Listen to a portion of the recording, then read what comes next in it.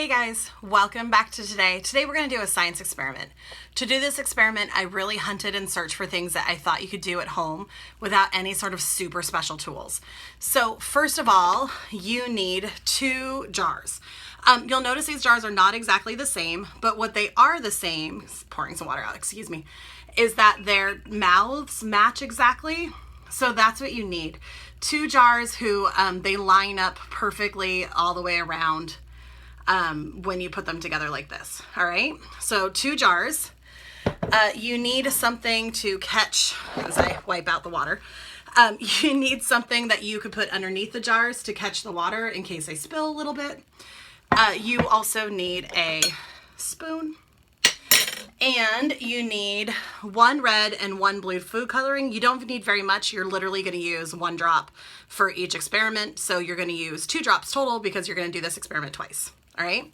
So first steps, and I'll show you it in just a minute, but the first step is to fill one of the jars completely to the top with cold water and one of the jars completely to the top with hot water. All right. Then you can go ahead and jump in and I'll show you the rest of the experiment. Have fun. One thing I forgot to mention are the 2 pieces of paper that I have right there. They're a little bit thick like index cards, or if you find a plastic square material. All right, so go ahead and put that 1 drop of food coloring into both colors, red hot, blue cold. Give them a stir. And let's begin. Go ahead and grab your rectangle piece of paper and put it over the blue, the cold water first. And then kind of push it down gently, not too hard, and flip it over like so. And you'll notice that there's a vacuum seal that keeps the paper attached to the jar. Put it on top of the other matching jar, and we'll go look around the edges and make sure that they are lined up, that one jar isn't overlapping the other, because you're going to pull it out and you want the jars to remain connected.